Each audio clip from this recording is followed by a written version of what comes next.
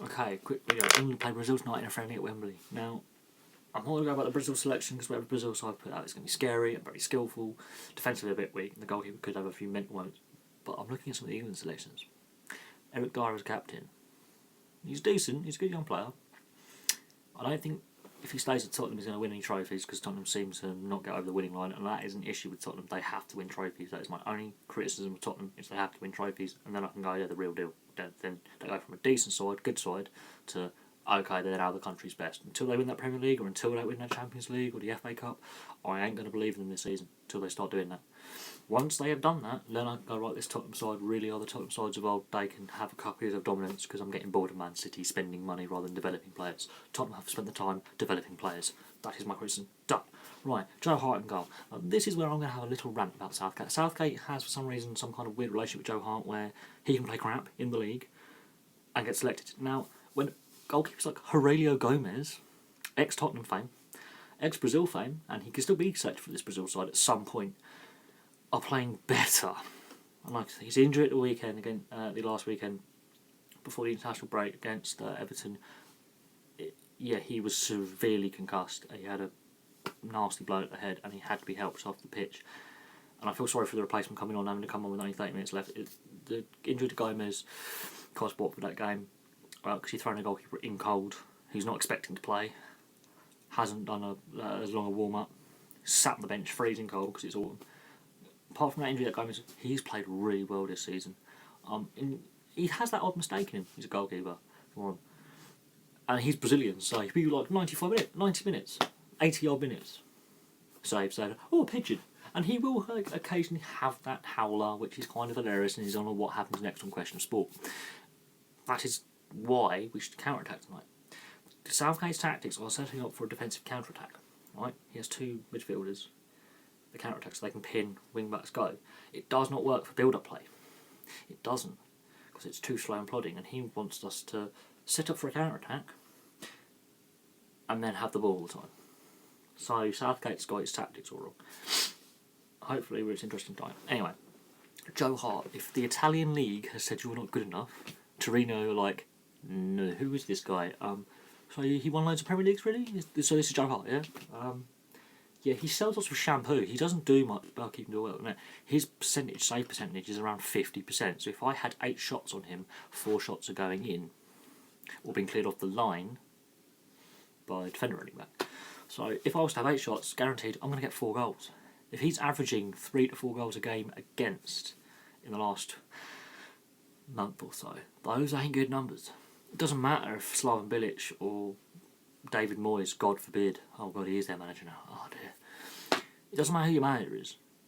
And they could be shooting from 30 yards out because the defence are clearing the box and pressing hard, and they could have to be forced for long distance shots. They're still going in.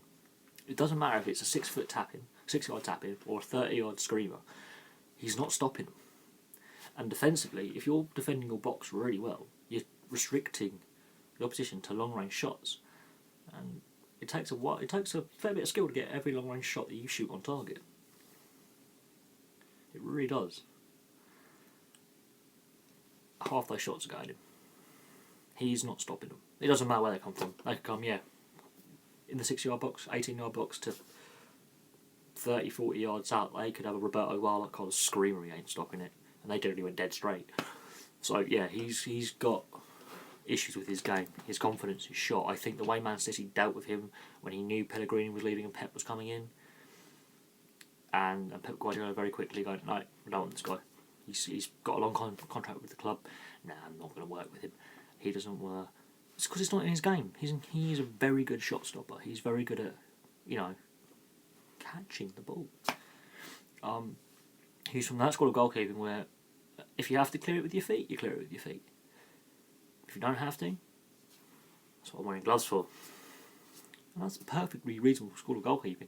Pep Guardiola, for some reason, has this in his head that every goalkeeper he has is Emmanuel Neuer, and they're not. And they try, and some of them really, really tried. Bravo, really tries.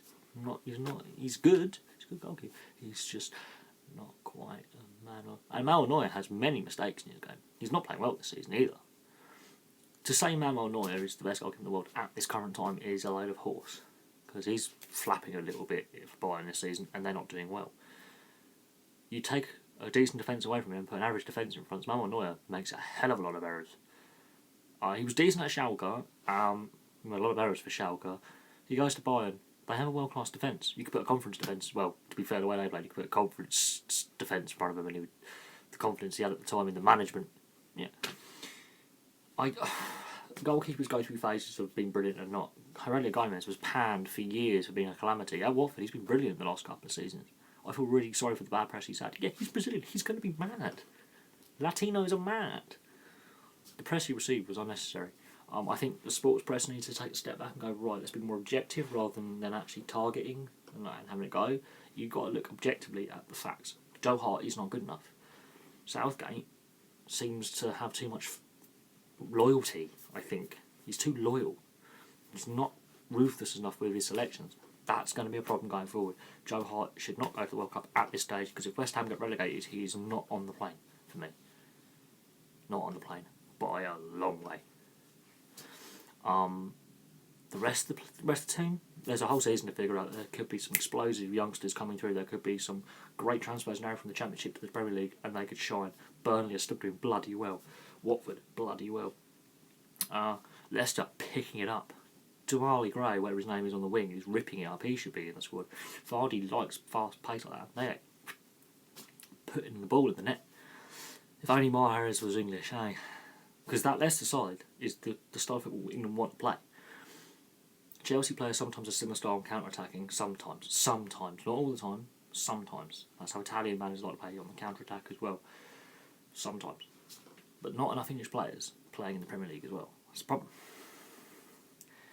But anyway, I've ranted on long enough. I'll do a video after the game, because I'm going to watch the game tonight, and I'm going to be like, oh Christ, what are we doing? Because I'll probably bet you paper aeroplanes fly out of the stands, because that generally happens.